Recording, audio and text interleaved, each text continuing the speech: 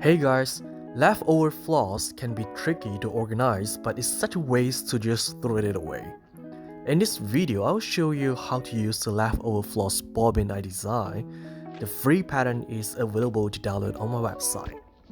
First, print the pattern on a sticker sheet.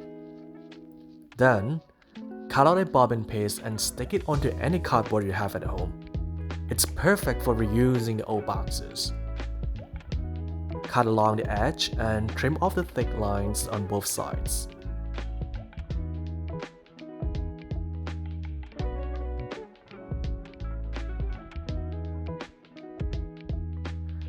And now you can use it. There's a blank space where you can write down the floss number. Then just wrap the leftover floss around the bobbin.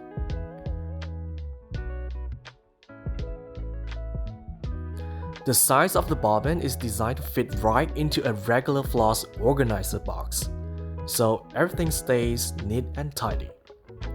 If you find this helpful, feel free to like and share so more people can see it. Thank you.